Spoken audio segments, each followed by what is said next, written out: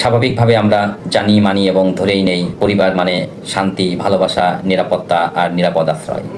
কিন্তু এই পরিবার যদি ধীরে ধীরে একদিন হয়ে যায় নীরব কারাগার, পরিবারের ৮-১০ জন সদস্যের দ্বারা যদি একজন ব্যক্তি প্রতিনিয়ত মানসিক নির্যাতনের শিকার হইতে থাকে, তাহলে পরিস্থিতি কেমন হতে পারে? কে শুনবে নীরব হাহাকার আর কে করবে বিচার? আসসালামু আলাইকুম। সাইফ সাদ 007 চ্যানেলের মাধ্যমে আমি সাইফ ইবনে সাদ আছি আপনাদের সাথে। আজ কথা বলবো পারিবারিক জীবনের মানসিক নির্যাতন নিয়ে। আশা করি পুরো ভিডিও জুড়ে সাথে থাকবেন। পরিবার বলতে আমরা বুঝি বাবা, মা, ভাই, বোন, সেই সাথে আত্মীয়ের সূত্র ধরে এমন কিছু ব্যক্তি পরিবারের সাথে সংযুক্ত হয়ে যায় যাদেরকে বাদ দিয়ে পরিবারের কথা কল্পনাই করা যায় না। এখন পরিবারটা যদি নীরবে দুইটা ভাগ হয়ে যায়, যেখানে একজন ব্যক্তি একদিকে আর তার বিপরীত দিকে থাকে পরিবারের ৮-১০ জন সদস্য, তাহলে পরিস্থিতি কেমন হতে পারে? ১০ জন ব্যক্তির দ্বারা একজন ব্যক্তি যদি প্রতিনিয়ত তুচ্ছ, তাচ্ছিল্য, অবজ্ঞা, অপমান, অপদস্থ বা আনুষঙ্গিক বিভিন্ন কথা কাজের ভিতর দিয়ে প্রতিনিয়ত যদি মানসিক চাপে থাকে এবং মানসিক নির্যাতনের শিকার হয়, তাহলে নির্যাতিত ব্যক্তির পরিস্থিতি কি হতে পারে বা কি হয়? কেউ কি ভেবে দেখেছেন? কেন এই বিরোধ? মায়া, মমতা, ভালোবাসায় গড়া এই পরিবার কেন দুইটা ভাগে ভাগ হয়ে যায়? একদিকে কেন একজন ব্যক্তি রয়ে যায় আর বিপরীত পক্ষে কেন ১০ জন ব্যক্তির আনাগোনা থাকে? সমস্যা কোথায়? কারণ কি? হয় একজন ব্যক্তি যে পক্ষে আছেন এই পক্ষের একজন ব্যক্তি চরমভাবে অপরাধী, অথবা বিপরীত দিকে যে ১০ জন ব্যক্তি আছেন তারাই অপরাধী। আসুন বিচার বিশ্লেষণ করে দেখি বা গবেষণা করে দেখি বা বাস্তব জীবনের সাথে মিলিয়ে দেখি কে কতটুকু দোষী।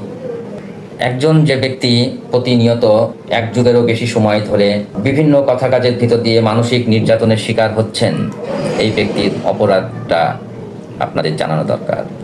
সেই ব্যক্তির অপরাধ, সেই ব্যক্তি উচিত কথা বলেন, অন্যায়কে প্রশ্রয় দেন না, নিজের স্বার্থ সিদ্ধির ব্যাপারে তেমন কোনো চতুরতা বা জল্পনা কল্পনা ভাবনা চিন্তা নিয়ে চলেন না, সবাইকে নিয়ে ভালো মনে ভালোভাবে একসাথে চলার পরিকল্পনা নিয়ে চলেন। অপরপক্ষে যে ১০ জন ব্যক্তির একটা জোট, এই জোটের মধ্যে বিভিন্ন মনের, বিভিন্ন মানসিকতার বা বিভিন্ন চরিত্রের মানুষের বসবাস। এখানে যে ব্যক্তিগুলোর দ্বারা জোট তৈরি হয়, সেই ব্যক্তিগুলো প্রত্যেকেই অন্যায়কে চরমভাবে প্রশ্রয় দেয়, অন্যায়ের সাথে চলতে মিশতে পছন্দ করে। তারা বিভিন্ন রকম অপরাধ করতেও দ্বিধাবোধ করে না। ধর্মীয় রীতিনীতি, শাসন শোষণ বা আইন কানুনের যে সমস্ত বিধিবিধানগুলো আছে, অনেক সময় সেগুলো তোয়াক্কা করতে চায় না। তারা যেন আলাদা গ্রহের একটা জাতি। প্রত্যেকটা ব্যক্তি তাদের নিজস্ব স্বার্থ সিদ্ধি এবং নিজের ক্ষমতা জাহির করার জন্যে তারা বিভিন্নভাবে বিভিন্ন সময়ে বিভিন্ন প্রসঙ্গ নিয়ে বিভিন্ন আলোচনায় মশগুল থাকে। বিরোধ তখনই তৈরি হয় যখন দেখা যায় এই ১০ জন ব্যক্তির কোনো পরিকল্পনা বাস্তবায়নের সময় একক যে ব্যক্তি আছেন, ইনি যখন এটা প্রতিরোধ করার চেষ্টা করেন, তখনই শুরু হয়ে যায় হাঙ্গামা। গ্রুপের মধ্যে দেখা যায় কিছু কিছু ব্যক্তি থাকেন যেনারা অধিক মাত্রায় রাজনীতিবিদ, সারা দিন চিন্তা ভাবনা গবেষণায় মত্ত, কিভাবে কি করবেন, কোন কাজ কিভাবে সমাধান করা যায়, কার সাথে কিভাবে হিসাব নিকাশ কষা যায়, এগুলো নিয়ে ব্যস্ত থাকেন। একজন ব্যস্ত থাকেন টাকা পয়সার হিসাব কিতাব নিয়ে, কিভাবে অর্থ সম্পদের স্বার্থ সিদ্ধি করা যায়। কেউ থাকে নিজের ক্ষমতা জাহিরের নেশায় মত্ত হয়ে, অর্থের বিনিময়ে সে তার নিজের বাহবা কিনতে চায়, পরিবারের প্রধান ভূমিকায় থাকতে চায়, পরিবারকে নিয়ন্ত্রণ করতে চায়, পরিবারকে কিভাবে দুইটা ভাগে ভাগ করা যায়, পরিবারের শান্তিকে বিনষ্ট করে পরিবারের মধ্যে অশান্তি ঢুকিয়ে দেওয়া যায়।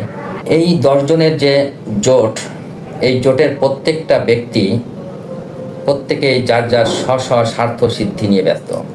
আপনার নিজের ব্যক্তি জীবন এবং পরিবার জীবন দিয়ে বা আপনার চারপাশের যে মানুষগুলো বসবাস করে তাদের পরিবারের জীবন নিয়ে যদি একটু চিন্তা ভাবনা করেন বা একটু গবেষণা করেন, আপনি দেখতে পারবেন বা আমার কথার সাথে আপনি মিল পাবেন। আমি যে কথাগুলো বলবো সমস্ত বাস্তব কথাগুলো বলবো, বাস্তবতার কথা বলবো। জীবনের মধ্যে অলেখা যে কথাগুলো আছে সেই কথাগুলোই আপনাদেরকে শোনাবো। আমার ভিডিও যিনি দেখছেন, আপনি আপনার নিজের বিবেককেই প্রশ্ন করুন আপনি ন্যায়ের পক্ষে নাকি অন্যায়ের পক্ষে? আপনাকে দিয়ে প্রতিনিয়ত সারা জীবন ন্যায় কাজের সমাধান হয়েছে, নাকি আপনি অনেক বড় বড় অন্যায়ের সহযোগী বা অন্যায় কর্তা? বিবেকের কাছে প্রশ্ন করুন, আপনি কি আপনার পরিবারের সকলের কল্যাণ চান, নাকি আপনি পক্ষপাতিত্বের বিচার নিয়ে ব্যস্ত থাকেন? আপনি যদি আপনার নিজের বিবেককে প্রশ্ন করেন গোপনে, তাহলে আপনি আপনার উত্তর পাবেন। হতে পারেন আপনি ন্যায়কারী অথবা আপনি অন্যায়কারী, হতে পারে আপনি অপরাধী, হতে পারে আপনি প্রতিরোধকারী। একক যে ব্যক্তি আছেন তার জীবনেও যেমন দোষ আছে এবং ভালো আছে, আবার 10 জন ব্যক্তি যে জোট, এনাদের মধ্যেও স্বাভাবিকভাবেই দোষ থাকবে এবং ভালো থাকবে, এটাই স্বাভাবিক।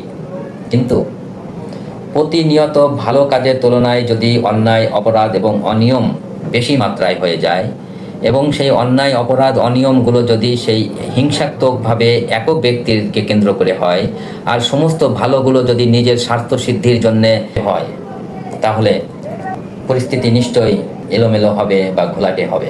এই 10 জন ব্যক্তির দৃষ্টিতে এককভাবে জীবনযাপন করা একজন ব্যক্তি অপরাধী। এই 10 জন ব্যক্তির চক্র, তারা প্রতিনিয়ত একজন ব্যক্তির উপরে মানসিকভাবে নির্যাতন চালিয়ে যায়। তার কথা ভালো না, তার চালচলন ভালো না, তাকে কিছু বললেই সে চিৎকার করে, পরিবেশ নষ্ট করে ফেলে। আসলে সে কখন চিৎকার করে আর কখন সে বেসামাল হয়ে যায়, যখন সে দেখে 10 জন ব্যক্তি দ্বারা গঠিত চক্র থেকে প্রতিনিয়ত অনেক বড় বড় মানসিক চাপ, অন্যায়, অপরাধ, জুলুম, নির্যাতন, অত্যাচার একজন ব্যক্তির দিকে ধেয়ে আসে, বা সমস্ত চাপগুলো যখন তার ঘাড়ে চেপে বসে, তখনই সে ক্ষিপ্ত হয়ে যায়। সে চিৎকার করে, উচ্চস্বরে কথা বলে, তাদের মধ্যেও সাময়িক কিছু বিরোধ তৈরি হয়, কিন্তু প্রত্যেকেই যার যার স্বার্থ নিয়ে ব্যস্ত থাকাতে একজন আরেকজনকে জুতা মারলেও পরক্ষণে দেখা যায় প্রত্যেকে আবার একে অপরের হাত পা ধরে ধরে আপোষ করে ফেলে।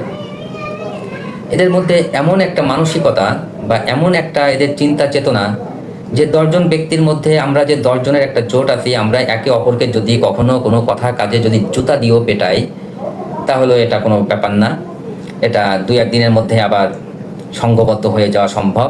বা ও আমাকে জুতা দিয়ে পেটালো, কোনো ব্যাপার না, ও পেটাতে পারে, কারণ ও তো আমাদের দলের মানুষ। অথচ অপর পক্ষে যে একক ব্যক্তি আছে, সে যদি ভালো কোনো একটা কথাও বলে বা ভালো কোনো একটা পরামর্শ দেয়, এই 10 জন ব্যক্তির চক্র তাৎক্ষণিকভাবে তাদের মনের মধ্যে মনে হয় যে আগুন ধরে যায়। তারা কোনোভাবেই, কোনো মতেই একটা ভালো পরামর্শ গ্রহণ করতে রাজি নয়, কারণ তাদের নিজস্ব পথ তৈরি করা আছে, তাদের নিজস্ব আইডিয়া আছে, তাদের নিজস্ব চিন্তা ভাবনা চেতনা আছে। এর বাইরে তারা কোনো কিছুই বুঝতে রাজি নয় এবং করতেও রাজি নয়। তারা যতগুলো কাজ করবে, যতগুলো পরিকল্পনা করবে, প্রত্যেকটা কাজ, কথা, পরিকল্পনার মধ্যে তাদের 10 জন ব্যক্তির যার যার ভিন্ন ভিন্ন স্বার্থ সিদ্ধির চিন্তা ভাবনা, পরিকল্পনা থাকতে হবে। অথচ এই 10 জন ব্যক্তি কখনোই কোনো দিন ঘুণাক্ষরের চিন্তা ভাবনা পরিকল্পনা করে দেখেনি যে অপর পক্ষে যে একজন ব্যক্তি আছে, সেই একজন ব্যক্তি কতটুকু নির্যাতনের শিকার হচ্ছেন, কতটুকু ক্ষতিগ্রস্ত হচ্ছেন। এটা ভাবার মতো মন, বিবেক তাদের হয় না। কারণ আমার মনে হয় এই 10 জন ব্যক্তির বিবেক এবং মনের মধ্যে কোনো কুত্তায় প্রসাব করে দিয়েছে। না হলে এই 10 জন ব্যক্তির জোট কোনো দিনই ভাবতে চায়নি অপরপক্ষের একজন ব্যক্তির জীবন, জীবিকা, মন কি পর্যায়ে আছে। অথচ প্রতিনিয়ত এই 10 জন ব্যক্তির চক্র একজন ব্যক্তিকে প্রতিনিয়ত প্রতি কথায়, প্রতি কাজে ঠকিয়ে যাচ্ছে। কিন্তু মানবতা, বিবেক, মন আর সব কিছুর চিন্তা ভাবনা করে একক যে ব্যক্তি আছেন, উনি অনেক কিছুই নীরবে সহ্য করে যান, অনেক কিছুই মেনে নেন। এই 10 জন ব্যক্তির পান থেকে চুন খসলেই তাদের মাথা খারাপ হয়ে যায়। 10 জন ব্যক্তির অর্থগত বা স্বার্থগত কোথাও কোনো ব্যাঘাত হলেই তাদের গায়ে আগুন ধরে যায়, তাদের চিন্তা চেতনা ভাবনার ঘরে যেন ঘূর্ণিঝড় শুরু হয়ে যায়। অথচ একজন অপর পক্ষের একজন একক ব্যক্তি তার হাজারো স্বার্থ, হাজারো পাওনা, হাজারো হিসাব নিকাশ নিজের মন থেকেই ছেড়ে দেন বা ছেড়ে দিতে হয়। কেউ কাঠের পুতুলের মতো হুকুম পালন করে, সেই হুকুম পালন করতে যেয়ে যদি বিপরীত পক্ষের একক ব্যক্তির উপরে অনেক বড় অত্যাচার, জুলুম, নির্যাতন হয়ে যায়, এটা নিয়ে কোনো অনুতাপবোধ, অনুশোচনা বা পরবর্তীতে গবেষণা করার মতো মন তাদের হয় না। স্বার্থ সিদ্ধির মোহে কূটবুদ্ধি চালাতে চালাতে কখন যে তার নিজের ঈমান নষ্ট হয়ে যাচ্ছে, কখন যে সে ঈমান হারা হয়ে যাচ্ছে, এটা নিয়ে তাদের কোনো চিন্তা ভাবনা থাকে না। ন্যায়কে ন্যায় বলা, অন্যায়কে অন্যায় বলা, এই বিবেক বোধটুকু তাদের অবশিষ্ট থাকে না।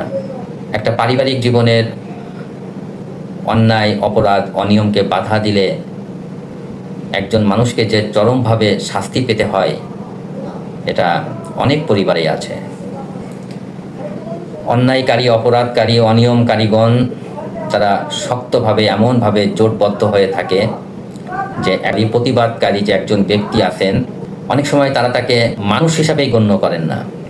এমনও দেখা যায় একক ব্যক্তি জীবনের বড় বড় অনেক বিপদ ঝামেলা মধ্যে পড়ে গেলে, অর্থ ক্ষতি হওয়ার মতো কোনো বড় বড় ঘটনা ঘটে যাওয়ার পরেও এই 10 জন ব্যক্তির যে চক্র আছে, এদের মধ্যে থেকে কারো মনের মধ্যে আসে না যে একটা ঘটনা শুনেছি, ও সম্পদের দিক থেকে ক্ষতিগ্রস্ত, অর্থের দিক থেকে ক্ষতিগ্রস্ত, বা রোগ ব্যাধি আনুষঙ্গিক বিভিন্ন সমস্যায় জর্জরিত, একটু জানা উচিত বা শোনা উচিত যে সে কেমন আছে, বা তার এখন পরিস্থিতি কেমন, তার কতটুকু ক্ষয়ক্ষতি হলো, বা সে এই ক্ষতির থেকে পুনরায় উঠতে পারলো কিনা, এতটুকু মন তাদের হয় না। অনেক জানতে ইচ্ছা হয় তাদের মন কিসের তৈরি, তাদের বিবেকের ঘরে কি বাস করে, আর তারা কোন গ্রহের মানুষ। আবার এমনও দেখা যায় সমাজের মধ্যে অনেক পরিবার আছে যেখানে একজন ব্যক্তি অধিক মাত্রায় অত্যাচারী হয়ে, জুলুমকার হয়ে অন্য 10 জন সদস্যের উপরে স্ট্রিম রোলার চালায়। অপরাধ দুইটাই সমান। একজন ব্যক্তি যদি অত্যাচারী হয়ে যায়, নির্যাতনকারী হয়ে যায়, জুলুমকার হয়ে যায়, সে যদি পরিবারের আর 10 জন সদস্যের উপরে অমানবিক আচরণ করে বা স্ট্রিম রোলার চালায়, নির্যাতনের হাতিয়ার দিয়ে বারবার আঘাত করতে থাকে, সে যেমন অপরাধী। আবার 10 জন ব্যক্তির চক্র যদি একক কোনো ব্যক্তির উপরে একই রকম অত্যাচার, জুলুম, নির্যাতনের হাতিয়ার চালায়, এই 10 জন চক্র সমান অপরাধী। অপরাধ যে করে সেই অপরাধী, তাকে শাস্তি পেতেই হবে, আজ অথবা আগামীকাল। আপনি যতই ছলনা করেন না কেন, আপনি যতই খোলস বদলান না কেন, বা আপনার চিন্তা চেতনার মধ্যে আপনি দ্বিমুখী আচরণ যতই শক্তভাবে আপনি আঁকড়ে ধরেন না কেন, আপনি হয়তো চিন্তা করতে পারেন আপনি অনেক জ্ঞানী, আপনার ভিতরে যে চিন্তা ভাবনা চেতনা আপনি গোপন কোঠরে রেখে দিয়েছেন, সেটা পৃথিবীর কেউ জানে না। আপনি পরিবারের অন্য সদস্যের সাথে এমন আচরণ করছেন, আপনি সাক্ষাৎ ফেরেশতা, কিন্তু আপনার ভিতরের খবর পরিবারের আর 10 জন না জানলেও জানেন আল্লাহ পাক বা সৃষ্টিকর্তা। যদি আপনার ভিতরে কালি থাকে আর উপরে যদি আপনি সাদা রং করে রাখেন, রোদের তাপে সাদা রঙও একদিন শেষ হয়ে যায়, ভিতরের কালিটা বের হয়ে আসে। আপনার ভিতরে সততা থাকে, কিন্তু সমাজ, পরিবার আপনাকে অন্যায়, অপরাধকারী হিসাবে সাব্যস্ত করে, একদিন না একদিন ভিতরের সততার আলো চতুর্দিকে ছড়িয়ে পড়বে। তো নিরাশ হওয়ার কিছু নেই। যে নির্যাতনের শিকার, যে প্রতিনিয়ত অত্যাচার, জুলুম, নির্যাতনের শিকার হচ্ছেন, তার জন্য আমার এতটুকুই বলা, আপনি যদি আপনার কথা কাজ দিয়ে যদি আপনি 10 জনের অপরাধীর যে সঙ্গ আছে, যে জোট আছে, তাদের সাথে যদি আপনি না পারেন, আপনাকে প্রতিবাদ আর করতে হবে না। আপনি চুপ হয়ে যান, আপনি নীরব হয়ে যান, আপনি এককভাবে একা নিজের মতো করে জীবন পরিচালনা করতে শিখুন। এই 10 জন ব্যক্তির জোট বা ব্যক্তিদের চিন্তা ভাবনা পরিকল্পনাগুলো এমন থাকে যে অপরপক্ষের একজন ব্যক্তি যেন কোনোভাবেই, কোনো প্রকারেই আমাদের চিন্তা ভাবনা, পরিকল্পনা, কথা কাজের ভিতরে চলে আসতে না পারে। তাদের সমস্ত কথা কাজগুলো খুব চুপিসারে, গোপনে সম্পন্ন হয়। তারা চুপিসারে অনেক বড় বড় অপরাধ করে ফেলে। এমনও দেখা যায় 10 জন ব্যক্তির যে চক্রে তাদের কিছু সদস্য কোথাও বসে অনেক জরুরি আলোচনা করছেন, অনেক জরুরি পরিকল্পনা, ভাবনা চিন্তা, গবেষণা করছেন। হঠাৎ করে বিপরীত পক্ষের একক ব্যক্তি যদি হঠাৎ করেই চলে আসেন, তাহলে তাৎক্ষণিকভাবে প্রত্যেকটা ব্যক্তির মুখের মধ্যে তালা পড়ে যাবে। তারা একজন আরেকজনের দিকে তাকাবে, কেউ কারোর সাথে কোনো কথা বলবে না, যেন তারা বোবা হয়ে গেছে, তারা যেন কথা ভুলে যায়। মনে হয় যে তার উপস্থিতি, তার কথা কাজগুলো যেন তাদের প্রত্যেকের কলিজার মধ্যে কাটার মতো বিধে। তার উপস্থিতি, তার কথা কাজ যেন কেউই সহ্য করতে পারেন না, কোনো ব্যক্তি তাকে সহজভাবে মেনে নিতে পারেন না। একক যে ব্যক্তি থাকেন উনি যেন একটা যন্ত্রণা, বোঝা। আপনার বিবেক, মন, মুখ, চিন্তা, চেতনা, ভাবনা সমস্ত কিছুর কথাগুলো এক কথা হতে হবে। আপনি হর হমেশা মিথ্যা কথা বলবেন, আপনি কাজ করতেছেন একটা, চিন্তা করতেছেন আর একটা, ভাবনায় আছেন অন্য প্রসঙ্গ, অন্তরের মধ্যে স্বার্থ সিদ্ধি নিয়ে আছেন, অন্তরের মধ্যে আত্মসাতের হিসাব কিতাব নিয়ে আছেন, অথচ আপনি সমাজে দেখালেন, পরিবারে দেখালেন আপনি একেবারে দুধে ধোয়া তুলসী পাতা হয়ে গেছেন, বা সাক্ষাৎ আপনি ফেরেশতার মতো জীবনযাপন করতেছেন। তাহলে তো আপনি মুনাফিক হয়ে যাবেন। অন্তরে থাকলে একরকম চিন্তা ভাবনা, আপনি মুখে বলতেছেন আর একরকম চিন্তা ভাবনার কথা, তা আপনি মুনাফিক না? আপনি কাজ করতেছেন একটা, আপনি সমাজের বা পরিবারের লোকজনদের বোঝাচ্ছেন আরেকটা, তা আপনি তো মুনাফিক। সুপথে আসতে হবে, ন্যায়ের পথে আসতে হবে, ন্যায় অন্যায়কে সঠিকভাবে জানতে হবে, বুঝতে হবে। শুধু পরিবারের বাহবা নেওয়ার জন্যে বা সমাজের কাছ থেকে বাহবা নেওয়ার জন্যেই শুধু রূপ বদলের মতো চিন্তা ভাবনা চেতনা নিয়ে চললে হবে না। সময় তালে তালে নিজেকেও পরিবর্তন করতে হবে, তাহলেই সুস্থ সমাজ গঠিত হবে, সুস্থ পরিবার, সুন্দর পরিবার তৈরি হবে। আগেই বলেছি, পরিবার মানেই শান্তি, ভালোবাসা, নিরাপত্তা, নিরাপদ আশ্রয়, সেটা তৈরি হবে। গায়ে জোর আছে, রক্তের তেজ আছে, অর্থের আধিক্যতা আছে, সম্পদের বাহাদুরি আছে, জ্ঞানী, চিন্তাশীল, বিচক্ষণ, নিজেকে অনেক জ্ঞানী গুণী মানুষ মনে করছেন, একদিন সব কিছুরই শেষ হবে। তাই সময় থাকতে আমাদের সকলকেই সঠিক পথে আসতে হবে, ভালো কাজ করতে হবে, আমাদের চিন্তা চেতনা ভাবনার মধ্যে পরিচ্ছন্নতা আনতে হবে। কারো কথা কাজ পরিকল্পনায় অন্য কেউ ক্ষতিগ্রস্ত হোক বা নির্যাতিত হোক, এমনটা করা উচিত নয়। সমাজে শারীরিক নির্যাতনের অনেক কথা শোনা যায়, শারীরিক নির্যাতনের অনেক উদাহরণ পাওয়া যায়, কিন্তু মানসিক নির্যাতনের কথা নিয়ে আমরা কেউ কখনো চিন্তা ভাবনা করি না। মানসিক নির্যাতন নিয়ে তেমন কোনো আলোচনাও হয় না, কিন্তু শারীরিক নির্যাতন যতটা জখম করে দৈহিকভাবে, মানসিক নির্যাতন ঠিক ততটাই মানুষকে ভিতরগতভাবে জখম করে। জীবন ও মনকে আমরা যতটা সহজ করতে পারবো, আমাদের জীবন ততটাই সুন্দরভাবে পরিচালিত হবে এবং আমাদের আগামী প্রজন্ম ঠিক সুন্দর হবে এবং আমরা একসময় সফলতার দিকে এগিয়ে যেতে পারবো। যদি ভিডিওটি ভালো লেগে থাকে, ভিডিওটিতে একটি লাইক দিন, ভিডিওটি শেয়ার করুন, আর ভিডিওর কমেন্ট সেকশনে আপনার মূল্যবান মতামত, পরামর্শ ও অভিজ্ঞতা লিখতে ভুলবেন না। সেই সাথে সাইফসার 007 চ্যানেলটিকে সাবস্ক্রাইব করে রাখুন আগামীতে নিত্য নতুন ভিডিও পাওয়ার জন্য। আজ আর নয়, আগামীতে অন্য কোনো ভিডিও করার মাধ্যমে দেখা ও কথা হবে আপনাদের সাথে। সেই পর্যন্ত সকলে সুস্থ থাকুন, ভালো থাকুন। আল্লাহ হাফেজ। আসসালামু আলাইকুম।